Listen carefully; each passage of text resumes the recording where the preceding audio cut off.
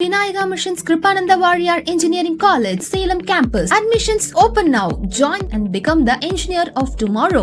மேற்கு வங்கத்தில் சமீபத்தில் நடந்த சட்டசபை தேர்தலில் 208 இடங்களில் வென்று பாஜக ஆட்சியை கைப்பற்றியது.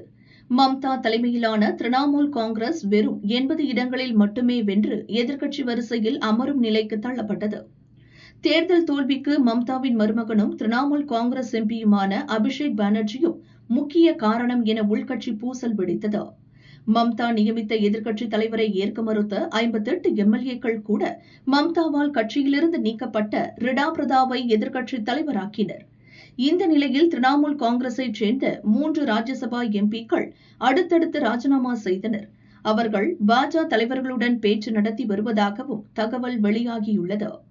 இதற்கிடையே லோக்சபாவில் திரிணாமுல் காங்கிரசுக்கு 28 எம்பிக்கள் உள்ள நிலையில் அவர்களில் 19 பேர் மம்தாவுக்கு எதிரான நிலைப்பாட்டை எடுத்துள்ளனர். ககோலி கோஷ் தலைமையில் 19 எம்பிக்கள் தனி அணியாக செயல்பட அனுமதி கோரி சபாநாயகர் ஓம் பிர்லாவுக்கு கடிதம் எழுதியுள்ளனர். 2 பங்கு எம்பிக்கள் தனி அணியாக செயல்பட உள்ளதாக அறிவித்துள்ளதால் கட்சி நிர்வாகம் மம்தாவின் கைவிட்டு போகும் நிலை ஏற்பட்டுள்ளது. மம்தாவுக்கு மிக நெருக்கமானவர்களாக கருதப்பட்ட சயானி கோஷ், சதாப்தி ராய், முன்னாள் கிரிக்கெட் வீரர் யூசுப் பதான் உள்ளிட்டோரும் மம்தாவுக்கு எதிரான அணியில் இடம்பெற்றிருப்பது தெரியவந்துள்ளது. ஓம் பிர்லாவிடம் அளிக்கப்பட்ட கடிதத்தில் அவர்களின் கையெழுத்தும் இடம்பெற்றுள்ளதால் மம்தா அதிர்ச்சியடைந்துள்ளார். இதற்கிடையே திரிணாமுல் மூத்த தலைவரும் எம்பியுமான கல்யாண் பானர்ஜி மம்தாவின் உறவினர் அபிஷேக் பானர்ஜிக்கு எதிராக கடும் குற்றச்சாட்டுகளை முன்வைத்துள்ளார். அவர் மூத்த தலைவர்களை மதிப்பதில்லை என்றும் கட்சியின் மூத்த நிலைமைக்கு அபிஷேக்கின் மோசமான நடவடிக்கைகளே காரணம் என்றும் கல்யாண் பானர்ஜி கூறியுள்ளார்.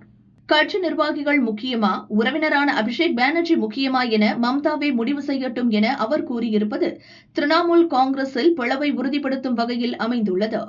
தொடர்ந்து 3 முறை முதல்வராக இருந்த மம்தா சமீபத்தில் நடந்த தேர்தலில் பவானிபூர் தொகுதியில் தோல்வியடைந்து எம்எல்ஏ ஆகவும் முடியாமல் போனது.